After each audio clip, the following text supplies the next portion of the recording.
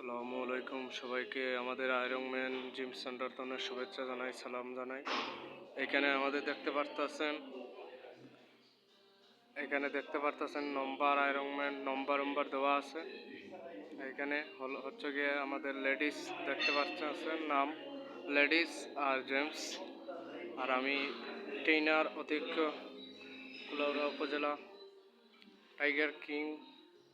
আর যদি আপনারা লেডিস যদি আসেন একলগে 7-8 জন, তে আমাদের এখানে ভর্তি হতে পারবেন।